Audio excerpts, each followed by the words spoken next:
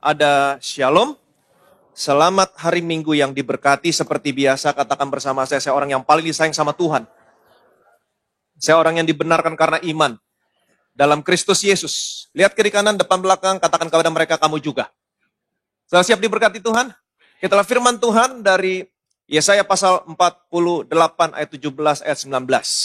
Beginilah firman Tuhan, penebusmu yang Maha Kudus Allah Israel. Akulah Tuhan Allahmu yang mengajar engkau tentang apa yang memberi faedah, yang menuntun engkau di jalan yang harus kau tempuh. Sekiranya engkau memperhatikan perintah-perintahku, maka damai sejahteramu akan seperti sungai yang tidak pernah kering, dan kebahagiaanmu akan terus berlimpah seperti gelombang-gelombang laut yang tidak pernah berhenti. Maka keturunanmu akan seperti pasir, dan anak cucumu seperti kersik banyaknya. Nama mereka tidak akan dilenyapkan atau ditiadakan dari hadapanku. Beginilah firman Tuhan penebusmu. Saudara dan saya adalah orang-orang yang sudah ditebus. Jadi saya percaya ayat ini juga berbicara untuk orang percaya. Bukan hanya untuk orang Israel, tapi juga berbicara untuk orang percaya. Karena saudara dan saya adalah orang-orang yang sudah ditebus. Beginilah firman Tuhan penebusmu yang Maha Kudus, Allah Israel. Akulah Tuhan Allahmu yang mengajar engkau tentang apa yang memberi faedah.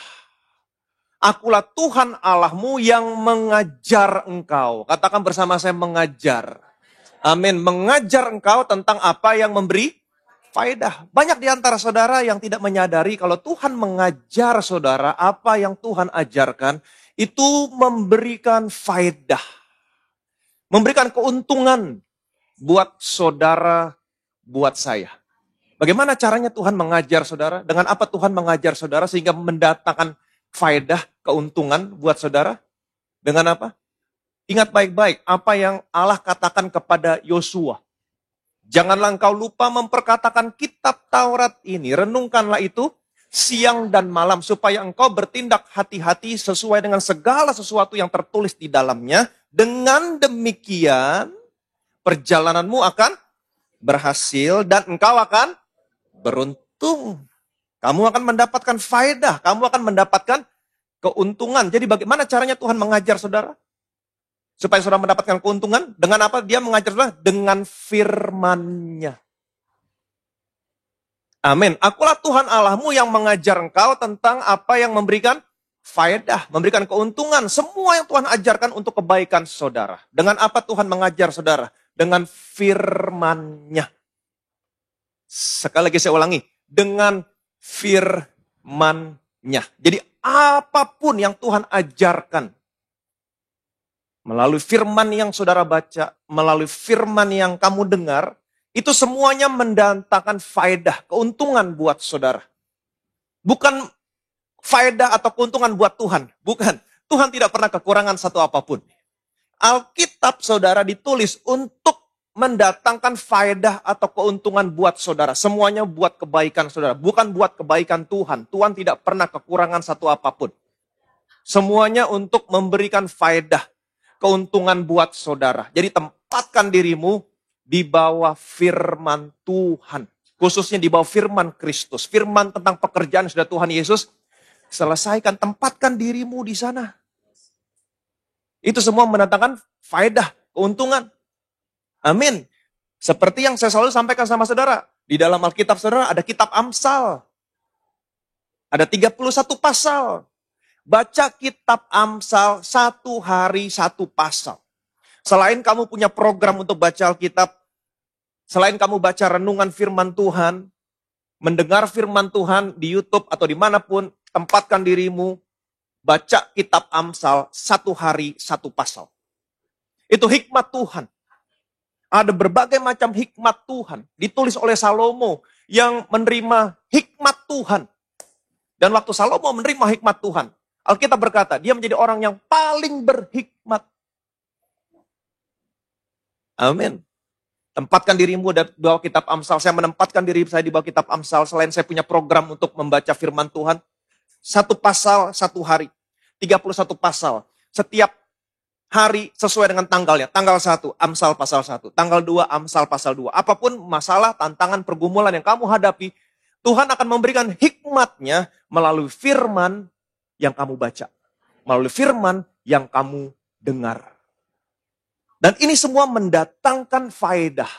Mendatangkan keuntungan buat saudara, buat saya. Akulah Tuhan Allahmu yang mengajar engkau tentang apa yang memberi faedah. Jadi hal yang pertama yang harus saudara ingat, apapun yang Tuhan ajarkan melalui firman yang kamu dengar, melalui firman yang kamu baca, selalu mendatangkan faedah. Semuanya untuk kebaikan saudara. Bagaimana caranya? Melalui firman-Nya. Dan yang menuntun engkau di jalan yang harus kau tempuh. Katakan bersama saya, menuntun. Jadi Tuhan bukan hanya mengajar, tapi Tuhan juga menuntun engkau di jalan yang harus engkau tempuh. Bagaimana caranya Tuhan menuntun saudara? Dengan rohnya, dengan roh kudusnya. Jadi Tuhan menuntun saudara di jalan yang harus kau tempuh dengan roh kudus yang ada di dalammu. Yang selama ini kita pelajari. Roh Kudus menuntun kamu kepada seluruh kebenaran. Jadi perhatikan baik-baik.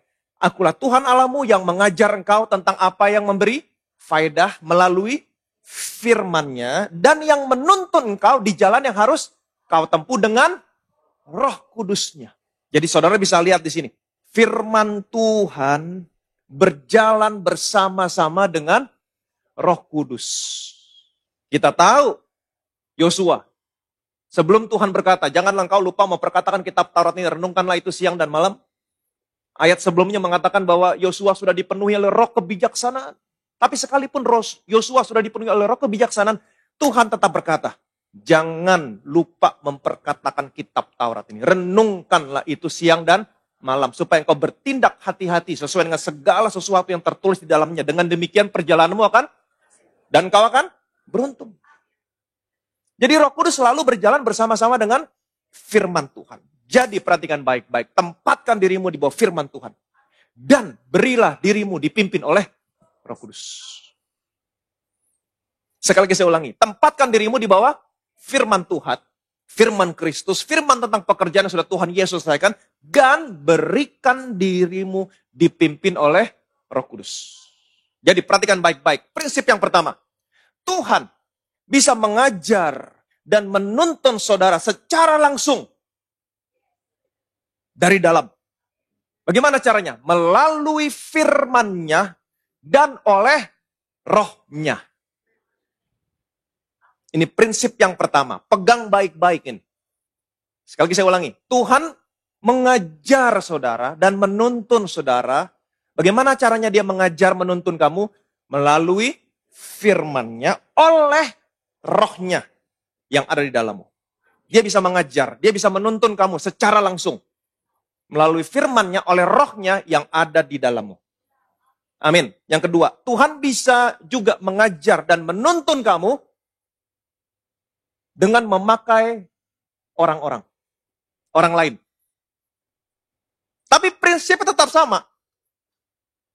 Kalau Tuhan memakai orang lain untuk mengajar, menuntun saudara, dia juga mengajar, menuntun kamu melalui orang lain, melalui firman-Nya dan oleh roh-Nya.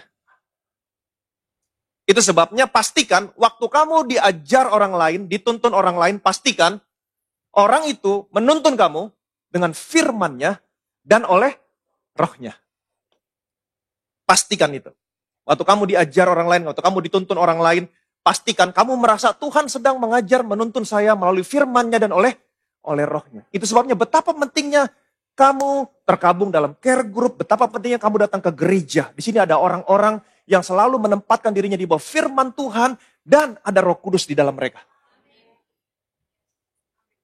Jangan minta diajar atau dituntun oleh orang-orang fasik. Karena Mazmur berkata, berbahagialah orang yang tidak berjalan menurut nasihat orang fasik. Mereka tidak punya Roh Kudus.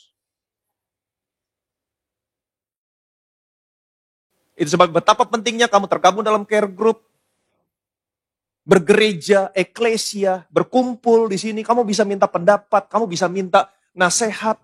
Dan pastikan ketika mereka mengajar, menuntun kamu, pastikan yang kamu dengar adalah firman Tuhan. Betul? Dan pastikan mereka adalah orang-orang yang memiliki Roh Kudus. Nah, bagaimana saudara tahu kalau gereja ini buat saudara? Dari mana kamu tahu? Waktu kamu datang, setiap kali kamu datang, kamu merasakan Tuhan sedang menuntun kamu dan mengajar kamu melalui firman-Nya dan oleh roh-Nya. Itu aja prinsipnya. Pegang aja itu. Kamu tahu bahwa gereja ini buat saudara Setiap kali saudara datang, saudara merasakan Tuhan sedang mengajar saya, menuntun saya melalui firman-Nya dan oleh roh-Nya. Setiap kali saudara datang ke tempat ini, saudara merasa kenyang. Kenapa? Karena saudara selalu mendapatkan makanan. Saudara menemukan jawaban atas tantangan, pergumulan, masalah yang kamu hadapi. Kamu ketemu jawabannya, kamu mendapatkan jawabannya. Saudara bertumbuh menjadi orang Kristen yang dewasa, orang Kristen yang kuat. Kamu bertumbuh dan saudara merasakan hidup. Amin. Jadi Tuhan juga bisa mengajar kamu secara langsung dari dalam, melalui firman-Nya, oleh roh-Nya. Roh Kudus mengingatkan kamu akan firman Tuhan, menuntun kamu untuk mengambil keputusan, tapi Tuhan juga bisa memakai orang lain. Bagaimana caranya? Apa cirinya? Tetap sama prinsipnya, melalui firman-Nya dan oleh roh-Nya. Jadi saudara bisa datang kepada leader saudara yang ada di gereja ini, saudara bisa datang kepada pastor yang ada di gereja ini, minta pendapat sama mereka. Betul? Bisa diskusi sama mereka. Dan pastikan ketika saudara datang sama mereka, pastikan, saya percaya pastor leaders adalah orang-orang yang juga penuh dengan firman Tuhan. Seharusnya. Dan hidupnya selalu dipimpin oleh Roh Kudus. Seharusnya. Jadi kalau saudara datang sama mereka, pastikan kamu merasa kamu diajar, kamu dituntun oleh firman Tuhan dan oleh roh-Nya. Datang sama mereka, minta pendapat, diskusi. Ingat, Salomo. Salomo adalah orang yang paling berhikmat. Tidak ada orang yang lebih berhikmat dari Salomo. Itu Tuhan yang katakan. Tapi sekalipun dia orang yang berhikmat, Alkitab mencatat, setelah dia menjadi raja, dia orang yang paling berhikmat. Tapi Alkitab mencatat, dia mencari orang-orang yang akan ditempatkan di sekeliling dia. Kenapa? Padahal dia orang yang paling berhikmat. Salomo sendiri yang menulis, barang siapa bergaul dengan orang bijak, dia menjadi bijak. Saudara tahu, dari semua daftar nama-nama yang Salomo pilih untuk ada di sekelilingnya, nomor 1, siapa dia? Asaria bin Sadok, seorang imam. Jadi Salomo mengutamakan hal-hal yang rohani.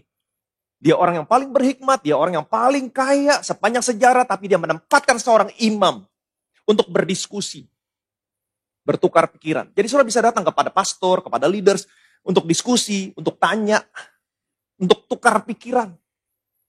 Mungkin saudara berkata, oh saya nggak perlu Pak. Saya cukup Roh Kudus sendiri. Jadilah orang yang rendah hati. Tuhan memang bisa mengajar kamu sendiri dari dalam, melalui firman-Nya oleh roh-Nya. Terkadang Tuhan juga memakai orang lain untuk membuat kamu rendah hati. Saudara masih ingat tentang Yesus? Waktu Yesus berumur 12 tahun. Ini keindahan Tuhan, saudara, keindahan Tuhan saya. Waktu Yesus berumur 12 tahun, Alkitab menceritakan dia ada di bait Allah. Betul? Waktu dia masuk ke bait Allah, umur 12 tahun, apa yang dia lakukan di sana? Dia hanya duduk. Dia hanya mendengarkan. Dan saya percaya Yesus saat itu adalah orang yang paling berhikmat. Dia orang yang paling tahu segala sesuatunya. Tapi dia hanya duduk. Dia hanya mendengarkan alim ulama. Artinya apa? Yesus menghormati mereka. Sekalipun Yesus tahu banyak, tapi Yesus hanya duduk, Yesus hanya mendengarkan, dan Yesus hanya mengajukan pertanyaan. Dia tahu, belum saatnya berkhotbah, belum saatnya mengajar. Dia tahu, dia menghormati. Yesus menghormati, ini roh yang Yesus miliki. Dia begitu rendah hati, dan dia hanya mendengarkan, dia hanya duduk, dia hanya bertanya, dan dia hanya menjawab kalau ditanya. Dan waktu Yesus menjawab, bagaimana respon mereka? Alkitab berkata, mereka sangat takjub dengan kecerdasannya. Mereka begitu heran akan kecerdasannya dan takjub akan jawab yang diberikannya. Inilah Yesus. Sekalipun dia tahu segala sesuatu, tapi dia hanya duduk, dia hanya mendengarkan. Dan dia bertanya. Amin. Kemudian Alkitab menceritakan, Yesus pulang bersama dengan kedua orang tuanya. Yesus hidup di bawah bimbingan kedua orang tuanya. Saudara bisa bayangkan Allah yang datang ke dalam dunia ini menjadi manusia hidup di bawah bimbingan orang tuanya. Alkitab berkata selanjutnya, dia semakin bertambah besar, semakin bertambah hikmatnya, semakin bertambah kasih karunia, semakin dikasihi Allah, dan semakin dikasihi manusia. Submission bring favor. God gives grace to the humble. Amin. Ketika kamu mau merendahkan dirimu, merendahkan hatimu, mau tunduk, mendengar, ada favor buat saudara. Ada kebaikan Tuhan. Ada kasih karunia Tuhan yang Tuhan berikan sama saudara. Jadi perhatikan baik-baik. Ini yang saya pelajari. Sebelum kemuliaan datang, selalu didahului dengan kerendahan hati. Jadilah orang yang rendah hati. Sebelum kemuliaan datang, sebelum kamu ditinggikan, selalu ada kerendahan hati. Jadilah orang yang rendah hati. Jadi Tuhan bisa mengajar kamu secara langsung, memang betul. Dari dalam. Bagaimana caranya? Prinsipnya ingat, melalui firman-Nya oleh Roh Kudus. Tetapi terkadang kita suka mengabaikan. Itu sebab Tuhan pakai orang lain juga. Betul? Bagaimana caranya orang lain mengajar kita? Pastikan juga melalui firman-Nya dan oleh Roh-Nya. Jadi Tuhan bisa pakai orang lain. 1 Korintus 3 ayat 9. Karena kami adalah kawan sekerja Allah, kamu adalah ladang Allah, bangunan Allah. Karena kami adalah kawan sekerja Allah. Katakan bersama saya, kawan sekerja Allah. Jadi sesungguhnya Tuhan bisa bekerja seorang diri. Tapi ini bukan cara kerjanya Tuhan. Tuhan membutuhkan orang-orang yang akan menjadi kawan sekerja Dia. Saudara dan saya adalah kawan sekerja Allah. Mungkin saudara bertanya, bagaimana caranya saya bisa menjadi kawan sekerja Allah yang baik? Jadilah kawan sekerja Allah yang baik. Kawan sekerja. Jadi kalau Allah ke kiri, kamu ke kiri. Kalau Allah ke kanan, kamu ke kanan. Kalau Allah ke depan maju, kamu maju. Kalau Allah mundur, kamu mundur. Kalau Allah berkata A, kamu berkata A. Jangan Allah ke kanan, kamu ke kiri. Jangan Allah bilang A, kamu bilang B. Jangan Allah nggak bilang A, kamu bilang A. Jangan. Jadi perhatikan baik-baik. Selalu ingat prinsipnya ini. Tuhan bisa mengajar kamu, Tuhan bisa menuntun kamu melalui firman-Nya oleh Roh-Nya secara langsung di dalam kamu. Tapi Tuhan juga bisa mengajar kamu, menuntun kamu melalui orang lain. Ada kawan-kawan sekerja Allah yang Allah pakai. Prinsipnya sama. Bagaimana caranya? Melalui firman-Nya dan oleh Roh-Nya. Jadi pastikan kalau orang mengajar kamu, menuntun kamu, apa yang kamu dengar itu pastikan, itu firman Tuhan. Dan apa yang kamu dengar, cek sama Roh Kudus yang ada di dalammu. Kenapa? Karena Roh Kudus yang dalammu sama dengan Roh Kudus yang dalam dia. Jadi orang Kristen yang menjadi kawan sekerja Allah, seharusnya dia memberitahukan kepada saudara sesuatu yang tidak bertentangan dengan firman Tuhan. Dia justru selalu mengingatkan kamu akan firman Tuhan. Amin. Yohanes pasal 14. Tetapi penghibur yaitu Roh Kudus yang akan diutus oleh Bapa dalam namaku, dialah yang akan mengajarkan segala sesuatu kepadamu dan akan mengingatkan kamu akan semua yang telah kukatakan kepadamu. Damai sejahtera kutinggalkan bagimu, damai sejahtera kuberikan kepadamu. Dan apa yang kuberikan tidak seperti yang diberikan oleh dunia kepadamu. Janganlah gelisah dan gentar hatimu. Tetapi penghibur, yaitu Roh Kudus, yang akan diutus oleh Bapa dalam namaku, dialah yang akan mengajarkan segala sesuatu kepadamu, dan akan mengingatkan kamu akan semua yang telah kukatakan kepadamu. Roh Kudus akan mengajarkan kamu segala sesuatu dan mengingatkan kamu tentang apa yang pernah kukatakan kepadamu. Tentang firman Tuhan. Jadi, orang Kristen yang baik, yang menjadi kawan sekerja Allah yang baik, dia tidak pernah memberitahukan kepada kamu sesuatu yang bertentangan dengan firman Tuhan. Dia justru mengingatkan kamu semuanya tentang firman Tuhan. Itu cirinya. Dia tidak pernah mengingatkan kamu yang bertentangan dengan firman Tuhan. Dia tidak pernah memberitahukan kamu sesuatu yang bertentangan dengan firman Tuhan. Tapi dia selalu mengingatkan kamu semua yang pernah Tuhan katakan. Itu cirinya. Damai sejahtera ku tinggalkan bagimu. Damai sejahteraku ku berikan kepadamu. Perhatikan baik-baik. Kalimatnya perhatikan baik-baik. Setelah Tuhan berkata begini, Roh Kudus akan mengajarkan segala sesuatu kepadamu dan mengingatkan kamu akan semua yang telah kukatakan kepadamu. Selanjutnya Tuhan berkata begini, damai sejahteraku tinggalkan bagimu, damai sejahteraku kuberikan kepadamu. Jadi, apapun yang kamu dengar dari luar, pastikan setelah itu cek di sini. Ada damai sejahtera atau enggak ada damai sejahtera. Kalau orang mengajar, dia mengingatkan kamu segala sesuatu yang pernah Tuhan katakan, firman Tuhan, maka Roh Kudus akan merespon. Kamu akan merasakan damai sejahtera. Tapi kalau yang kamu dengar itu bukan firman Tuhan, bertentangan dengan firman Tuhan, maka Roh Kudus akan merespon. Kamu akan merasa tidak damai sejahtera. Jadi kalau kamu mendengar siapapun yang mengajar kamu tidak sesuai dengan firman Tuhan, maka Roh Kudus akan merespon. Kamu tidak akan pernah merasakan damai sejahtera. Kamu tidak merasakan damai sejahtera. Itu cirinya. Tapi kalau saudara mendengar sesuatu tentang firman Tuhan, menghibur kamu, memberikan kekuatan sama kamu, sesuai dengan firman Tuhan, maka Roh Kudus akan merespon. Yes, amin. Damai sejahtera, saudara rasakan di sini. Jadi pastikan, kalau orang mengajar, menuntun kamu, pastikan apa yang mereka ajar, apa yang mereka katakan untuk menuntun kamu, itu adalah firman Tuhan. Dan cek sama Roh Kudus yang ada di dalammu. Karena Roh Kudus yang dalammu dengan Roh Kudus yang ada di dalam mereka. Yang mengatakan mereka adalah kawan sekerja Allah, adalah Roh Kudus yang sama. Dan Roh Kudus selalu mengingatkan kamu akan firman Tuhan. Bukan yang lain. Jadi kalau yang kamu dengar bukan firman Tuhan, Roh Kudus akan merespon. Kamu gak merasa damai sejahtera. Tidak.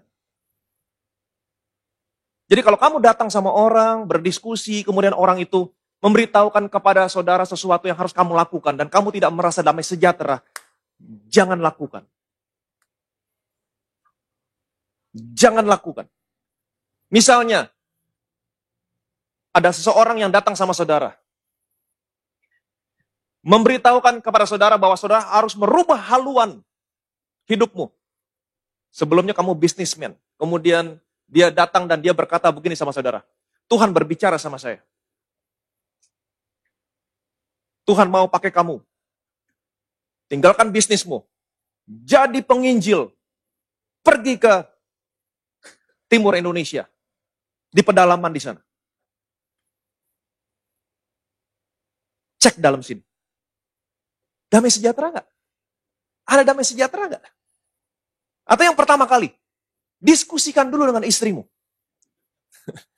Pasti ada pro kontra. Betul? Kemudian diskusikan dengan pastor, dengan leaders yang ada di gereja. Barang siapa bergaul dengan orang bijaksana, dia akan menjadi bijak. Diskusikan sama mereka. Di situ kamu tahu, kamu ada di jalur yang benar atau tidak. Dan pada akhirnya berdoa. Kamu rasa damai sejahtera atau enggak? Kalau damai sejahtera, yes. Kalau enggak, jangan.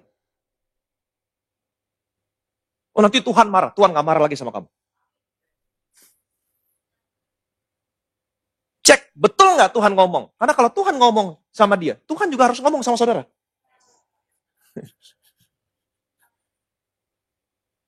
Kalau ketemu dia lagi, gimana? Udah ambil keputusan belum? Tuhan ngomong loh sama saya. Kamu harus pergi menginjil. Saya juga sudah berdoa, Pak. Tuhan juga ngomong sama saya. Tuhan suruh Bapak ikut saya. Mau nggak dia? Men suruh-suruh orang pergi. Dia mau nggak ikut kamu? Tuhan juga berbicara sama saya, Pak. Bapak harus ikut saya. Jadi, saya tidak mau lagi ada jemaat Bethesda yang dibodoh-bodohin.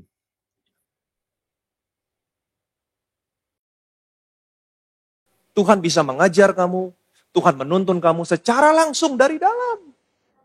Bagaimana? Melalui firman-Nya, oleh roh-Nya. Tapi juga Tuhan punya kawan sekerja. Dia pakai orang-orang lain untuk menuntun kamu, mengajar kamu. Tapi tolong cek betul. Apa yang diajarkan, apa yang kamu dengar, harus sesuai dengan firman Tuhan. Karena Roh Kudus, perhatikan baik, karena Tuhan akan mengajar kamu, menuntun kamu dari luar, sekalipun dari luar, pasti melalui firman-Nya oleh rohnya. Jadi cek betul, apa yang kamu dengar firman Tuhan bukan. Kalau yang kamu dengar bukan firman Tuhan, tidak sesuai dengan firman Tuhan, Roh Kudus akan merespon. Kamu tidak akan merasakan damai sejahtera. Kalau kamu tidak merasakan damai sejahtera, jangan diambil. Tolak. Tolak. Dan jangan pernah bypass prosesnya. Saya selalu bilang sama saya, jangan pernah bypass prosesnya. Selalu berdoa, diskusikan dengan orang-orang yang ada di sekelilingmu, dengan istrimu, dengan pastor, dengan leaders. Karena mereka orang-orang yang juga penuh dengan firman Tuhan. Dan mereka punya Roh Kudus. Diskusikan sama mereka, minta pendapat sama mereka. Pada akhirnya kamu datang sama Tuhan berdoa. Ada damai sejahtera enggak? Kalau enggak ada damai sejahtera, enggak usah diambil. Jadi apapun yang kamu dengar dari luar, Roh Kudus akan merespon. Kalau itu enggak benar, Roh Kudus akan merespon. Memberikan ada rasa tidak damai sejahtera. Kalau itu sesuai dengan firman Tuhan, membangun, menghibur kamu, kamu akan merasakan damai sejahtera. Dulu sekali, Pastor Jimmy saksinya tuh. Kita beberapa kali ada renungan di kantor dulu, waktu dulu. Saya lupa itu, udah khotbah apa belum, saya lupa tuh. Kita undang satu pendeta, renungan kantor pagi. Kemudian pendeta ini tiba-tiba satu persatu dinubuatin. Ketika giliran saya, dia bilang gini, wah, saya ngelihat Pak Ivan begitu gelap. Waktu saya dengar, saya udah gak damai sejahtera. Kenapa? Karena firman, gak sesuai dengan firman Tuhan. Firman Tuhan berkata, terang Tuhan terbit atasmu. Pastor Jimmy saksinya tuh. Semua. Terus ada lagi. Sering sakit perut ya? Gak pernah. Nah di situ saya udah merasa gak damai sejahtera. Nggak pernah. Ada setan di perutnya. Ada lagi Pastor Jimmy, ada bilang ada setan di kakinya. What? Roh Kudus di dalam saya. Kalau Roh Kudus di dalam saya, Roh Kudus tidak pernah mau berbagi. Roh Kudus tidak pernah berkata, aku di hati kamu, setan gak apa-apa di jempol kamu, di perut. Ini semua nggak sesuai dengan firman Tuhan. Jadi jangan sampai jemaat Bethesda kalau ketemu pendeta seperti ini, kamu percaya. Jangan. Pastikan yang kamu dengar adalah firman Tuhan. Kemudian pastikan yang kamu dengar, cek dengan Roh Kudus yang ada di dalam. Kamu damai sejahtera nggak? Kalau nggak sesuai dengan firman Tuhan, nggak usah didengerin. Nggak usah. Itu bukan dari Roh Kudus. Jadi kamu harus pinter. Perhatikan baik-baik. Orang percaya harus selalu dalam kondisi damai sejahtera. Default mode yang natural dari orang percaya, dia harus selalu dalam kondisi damai sejahtera. Dari mana kamu tahu bahwa kamu keluar jalur? Ketika damai sejahteramu terganggu. Itu kamu keluar jalur. Kamu harus kembali kepada jalurnya. Jadi saudara harus selalu merasakan damai sejahtera. Dari mana kamu tahu kalau kamu keluar jalur? Wah, saya udah keluar jalur. Ketika damai sejahteramu terganggu, kamu harus balik lagi. Amin. Jadi kalau ada orang datang nawarin bisnis sama saudara, dia ngomong panjang lebar, untungnya sekian. Jangan pernah bypass prosesnya. Roh Kudus akan menuntun kamu, dia menolong kamu, kamu berdoa, jangan pernah bypass prosesnya. Datang sama pastor, sama leader, sama siapapun, sama orang Kristen yang pembisnis juga, tanyain bagaimana industrinya, di bisnis yang kamu mau masuk, industri di bisnis yang ditawarin sama kamu. Jangan malu-malu. Dalam beberapa hal, saya datang sama teman-teman saya, jemaat Bethesda, yang bisnismen. Saya tanya sama mereka, bagaimana proses negosiasi, bagaimana, saya tanya sama mereka. Saya memang sekolah S2 tentang manajemen, tapi saya bukan praktikal. Bukan praktis. Saya hanya tahu. Tapi saya tidak praktis, saya harus datang sama orang-orang yang betul-betul praktikal. Saya tanya pendapat mereka, saya tanya bagaimana masukan mereka. Jadilah orang yang rendah hati. Kemudian cek di dalam sini. Cek dalam sini. Ada damai sejahtera enggak? Kalau enggak ada, tolak. Kalau ada, ambil. Beginilah caranya kamu mengambil keputusan yang dipimpin oleh Roh Kudus. Selalu pegang ini dua. Jangan pernah diabaikan. Yang pertama, dia mengajar kamu, dia menuntun kamu melalui firman-Nya dan menuntun kamu oleh Roh-Nya. Ini dua aja. Bagaimana caranya? Supaya kamu bisa berjalan dengan ini. Tempatkan dirimu di bawah firman Tuhan dan berilah dirimu dipimpin oleh Roh Kudus. Amin. Berilah dirimu dipimpin oleh Roh Kudus. Roma pasal 8 ayat 16 sampai 17. Roh itu bersaksi bersama-sama dengan roh kita bahwa kita adalah anak-anak Allah. Dan jika kita adalah anak, maka kita juga adalah ahli waris. Maksudnya orang-orang yang berhak menerima janji-janji Allah, yang akan menerimanya bersama-sama dengan Kristus. Yaitu jika kita menderita bersama-sama dengan Dia, supaya kita juga dipermuliakan bersama-sama dengan Dia. Roh itu, Roh Kudus, bersaksi bersama-sama dengan roh kita bahwa kita adalah anak-anak Allah. Roh Kudus bersaksi. Nah, orang yang bersaksi dalam sebuah persidangan, maka dia akan mengatakan sesuatu yang dia tahu dan dia akan mengatakan hal yang sebenar-benarnya. Roh Kudus, dia bersaksi tentang apa yang dia ketahui dan dia mengatakan yang sebenar-benarnya. Kamu adalah anak Allah. Jadi, seperti yang saya sudah sampaikan sama saudara 2 minggu yang lalu, kalau kamu dengar firman Tuhan, kamu baca buku yang mengatakan kamu orang berdosa, kamu dikutuk. No, tutup bukunya, matiin YouTube-nya. Dan saya percaya Roh Kudus yang ada dalammu berkata, no, kamu anak Allah. Kamu anak yang paling dikasihi Allah. Jadi Roh Kudus selalu memberitahukan sama kamu. Nah, kamu anak Allah. No, kamu orang benar. Kamu anak yang paling dikasihi. Itu bersaksi. Dia selalu memberitahukan, dia selalu bersaksi tentang kamu. Kamu adalah anak Allah. Dan kesaksian Roh Kudus adalah benar. Dan dia tidak pernah berdusta. Kamu mau percaya siapa? Mau percaya orang lain atau percaya Roh Kudus? Roh Kudus. Pegang kesaksian Roh Kudus. Dia tidak pernah berdusta. Kamu adalah anak Allah. Bilang sama kiri kanan saudara, kamu anak Allah. Nah, apa arti kata lain bersaksi di sini? Apa arti kata lain bersaksi? Bersaksi artinya kamu melangkah, Roh Kudus menuntun kamu. Amin. Waktu Allah menampakkan diri kepada Nabi Samuel, Allah berkata begini, aku telah memilih seorang raja dari antara anak-anaknya Isai. Kemudian Allah menyuruh Nabi Samuel pergi ke rumah Isai. Kemudian Isai memperlihatkan anaknya satu persatu.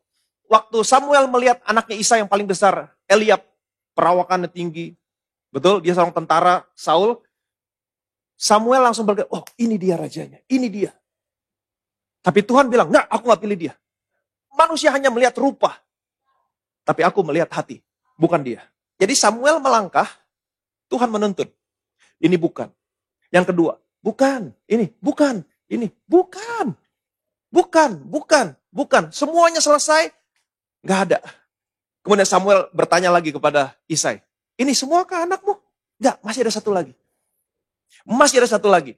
Sekarang dia sedang menjaga kambing domba di padang. Panggil dia. Waktu Daud muncul, Alkitab berkata, dia kemerah-merahan, matanya indah, parasnya elok. Dan Tuhan berkata, ini dia. Urapi dia. Jadi ini kata lain dari bersaksi. Kamu melangkah, Tuhan menuntun kamu. Amin. Kalau kamu butuh pekerjaan, kirimkan CV. Jangan hanya satu, kirim 3, 5. Dipanggil interview, datang. Rasakan. Damai sejahtera nggak di tempat ini? Oh, kalau kerja di tempat ini, kamu harus begini, jam kerja sekian, hari Minggu kamu harus masuk. Damai sejahtera nggak? Kamu bisa rasakan. Melangkah. Tuhan nuntun kamu. Jangan cuma tidur di kamar, main game. Kirim CV, hadiri interview, tanya jawab, kamu bisa rasakan. Roh Kudus menuntun kamu. Ini enggak, ini iya, ini enggak, ini ya, ini enggak. Itu arti kata bersaksi. Ambil keputusan. Damai sejahtera atau tidak. Yang terakhir. Dan setibanya di Misia, mereka mencoba masuk ke daerah Bitinia. Tetapi roh Yesus tidak mengizinkan mereka. Setelah melintasi Misia, mereka sampai di Troas. Pada malam harinya tampaklah oleh Paulus suatu penglihatan. Ada seorang Makedonia berdiri di situ dan berseru kepadanya, katanya, menyeberanglah kemari dan tolonglah kami.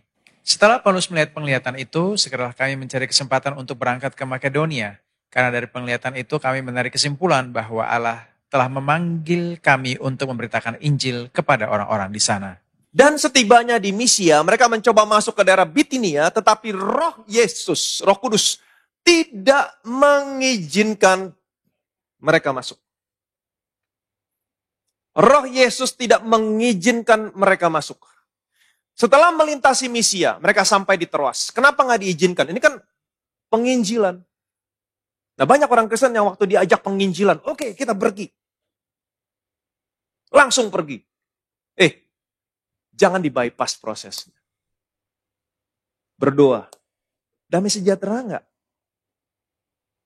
Damai sejahtera enggak? Kalau enggak damai sejahtera enggak usah pergi. Cek sama Roh Kudus yang ada di dalammu. Di sini waktu Paulus mau pergi ke Misia, masuk ke Bitinia, Tuhan enggak kasih. Ini penginjilan. Mungkin belum saatnya. Atau kalau kamu pergi ke sana, ingat penginjilan harus efektif. Jangan melempar mutiara ke kandang babi. Belum saatnya. Atau Tuhan mau kamu pergi ke daerah yang lain terlebih dahulu. Jadi jangan di-bypass proses. Bukan berarti kalau pintu terbuka bukan satu-satunya tanda. Pintu terbuka hanya merupakan salah satu tanda. Kamu harus berdoa. Jangan pernah di-bypass proses. Selalu cek dengan firman Tuhan, selalu cek dengan Roh Kudus yang ada dalammu. Ini caranya kamu mengambil keputusan yang dituntun oleh Roh Kudus. Pada malam harinya tampaklah oleh Paulus suatu penglihatan. Katakan bersama saya penglihatan. Ada seorang Makedonia berdiri di situ dan berseru kepadanya, katanya, menyeberanglah kemari dan tolonglah kami. Ayat yang ke-10. Setelah Paulus mendapat penglihatan itu, segeralah kami mencari kesempatan untuk berangkat ke Makedonia, karena dari penglihatan itu kami menarik kesimpulan. Dari penglihatan kami menarik kesimpulan. Sebelumnya, Roh Kristus menuntun terlebih dahulu. Mungkin Paulus nggak ngerti. Karena Paulus nggak ngerti. Tuhan kasih penglihatan untuk mengkonfirmasi apa yang Roh Kudus taruh dalam hatimu. Penglihatan adalah yang terakhir. Jangan bergantung kepada penglihatan. Karena banyak orang Kristen yang, saya dapat penglihatan. Saya dapat penglihatan loh, kamu. Bukan begitu caranya Tuhan mengajar, menuntun kamu. Caranya Tuhan mengajar, menuntun kamu melalui firman-Nya oleh Roh-Nya. Selalu, yang pertama tadi, Roh Tuhan melarang. Kamu melangkah, Roh Kudus menuntun kamu. Ketika Roh Kudus menuntun kamu, menutup semua pintu. Tuhan, kenapa ya ditutup pintunya? Saya nggak ngerti Tuhan. Tapi ya udah, saya menurut Tuhan. Saya damai sejahtera, nggak apa-apa.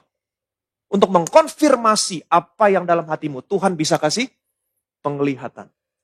Waktu Tuhan kasih penglihatan, di situ kamu mengerti. Oh iya, kenapa saya nggak boleh ke sana? Saya ngerti sekarang Tuhan. Ternyata Tuhan mau saya ke tempat yang lain. Jadi jangan bergantung kepada penglihatan yang terakhir.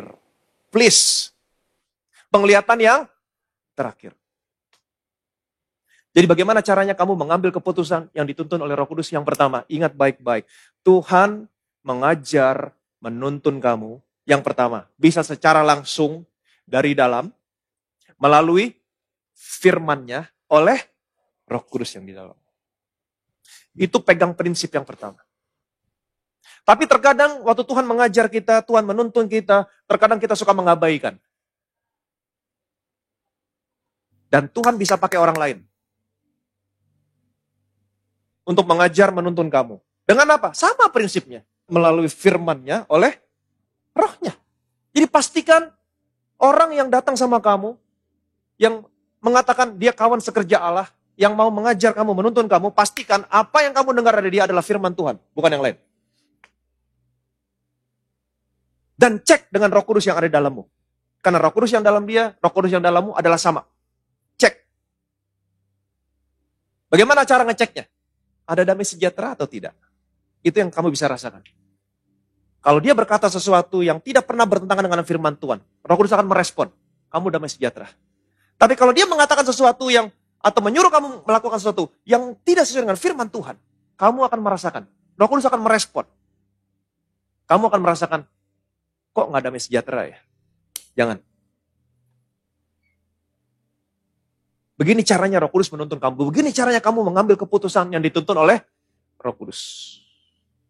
Jadi apapun masalah, tantangan, pergumulan, kamu bisa datang sama orang-orang percaya lainnya. Mereka adalah kawan-kawan sekerja Allah. Di care group, ada kingdom friends, ada leader di sana. Di gereja ada pastor, ada leader. Kamu bisa datang, berdiskusi sama mereka. Minta pendapat sama mereka. Barang siapa bergaul dengan orang bijak, dia menjadi bijak. Sebelum ambil keputusan, datang. Tanya, gimana kalau begini-begini? Tampung masukan mereka. Kalau bagus sesuai dengan firman Tuhan, dan kamu merasa damai sejahtera, kamu tampung. Sebelum kamu putuskan, kamu berdoa sama Tuhan. Damai sejahtera enggak? Damai sejahtera ambil. Enggak damai sejahtera, jangan ambil. Jangan. Sekalipun kamu berpikir, oh ini opportunity yang bagus, ini enggak datang kedua kali. Jangan. Jangan. Karena Roh Kudus sudah menuntun kamu. Memberikan rasa tidak damai sejahtera. Kalau kamu nggak ngerti juga, nanti Tuhan bisa kasih penglihatan. Penglihatan yang terakhir. Itu terakhir sekali penglihatan. Jangan bergantung sama penglihatan. Itu terakhir. Begini caranya Tuhan menuntun kamu. Begini caranya Tuhan mengajar kamu. Melangkah. Tuhan, saya mau kerja di mana ya Tuhan? Kirim CV. Datang dipanggil interview. Tanya gimana cara kerja di sini, gimana gajinya, gimana bonusnya, jam kerjanya, tanya. Kamu bisa ngerasain atmosfer di kantor itu, kamu bisa ngerasain cara kerja di kantor itu, kamu bisa ngerasain. Kayaknya Roh Kudus bisa respon. Kayaknya enggak deh. Kamu nggak cocok di sini. Di sini, kayaknya kamu nggak cocok di sini. Di sini tekanannya terlalu enggak, kamu nggak cocok di sini. Di sini, wah ini kayaknya cocok. Yang kedua, cocok. Kamu berdoa lagi antara dua ini. Yang mana yang paling damai sejahtera? Beginilah caranya Roh Kudus menuntun kamu. Beginilah caranya kamu mengambil keputusan yang dipimpin oleh Roh Kudus. Sekiranya kamu memperhatikan perintah-perintahku. Amin. Memberikan dirimu dipimpin oleh Roh Kudus. Menempatkan dirimu di bawah firman Tuhan. Firman Tuhan berkata begini. Beginilah firman Tuhan penebusmu yang maha kudus Allah Israel. Akulah Tuhan Allahmu yang mengajar engkau tentang apa yang memberi faedah dan yang menuntun engkau di jalan yang harus kau tempuh. Tempatkan dirimu di bawah firman Kristus. Berilah dirimu dipimpin oleh Roh Kudus. Amin. Apa yang terjadi? Damai sejahteramu seperti sungai yang tidak pernah kering. Kebahagiaanmu akan terus berlimpah seperti gelombang laut yang tidak pernah ada habisnya. Dan anak cucumu, keturunanmu akan tetap diberkati dan terus ada di hadapan Tuhan sampai selama-lamanya. Berikan kemuliaan dan meriah bagi nama Yesus. Kamu belajar sesuatu hari ini? Saya rindu jemaat Bethesda adalah jemaat yang dewasa, bertumbuh, tahu bagaimana caranya mengambil keputusan, bukan diombang-ambing. Minggu depan kita akan belajar, Tuhan memang kasih pengajar, penginjil, gembala, nabi, rasul, tapi semuanya itu, nanti kita akan belajar minggu depan, semuanya itu untuk membuat kamu bertumbuh ke arah Kristus. Bukan membuat kamu beralih dari Kristus. Tapi membuat kamu bertumbuh kepada Kristus. Minggu depan kita akan sama-sama belajar. Diberkatilah saudara. Betapa kami bersyukur Tuhan. Hari ini kami belajar bagaimana mengambil keputusan yang dipimpin oleh Roh Kudus. Satu hal yang kami mengerti, yang akan kami pegang, prinsip ini. Engkau akan mengajar kami. Engkau akan menuntun kami melalui firman-Mu oleh Roh Kudus yang ada di dalam. Secara langsung. Itu sebabnya biarlah anak-anak-Mu di tempat ini mereka selalu menempatkan diri mereka di bawah firman Kristus. dan memberikan diri mereka dipimpin oleh Roh Kudus. Dan engkau juga memakai orang-orang lain Tuhan, orang-orang percaya tentunya, menjadi kawan sekerjamu, untuk juga mengajar, menuntun kami. Prinsip yang sama, melalui firman dan oleh Roh-Mu Tuhan. Dan engkau juga akan menuntun kami ketika kami melangkah. Engkau akan menuntun kami Tuhan. Engkau memberikan kesaksian kepada kami. Kami bisa merasakan ada damai sejahtera atau tidak ada damai sejahtera. Yang menjadi patokan kami untuk mengambil keputusan. Kami percaya Tuhan, ketika kami mengikuti pimpinan-Mu dalam segala sesuatu, bahkan dalam mengambil keputusan, maka damai sejahtera kami. Seperti sungai yang tidak pernah kering. Kebahagiaan kami terus berlimpah, seperti gelombang laut yang tidak pernah ada habisnya. Dan anak cucu kami, keturunan kami Tuhan, akan tetap untuk selama-lamanya. Diberkati Tuhan, menjadi kemuliaan untuk nama Tuhan.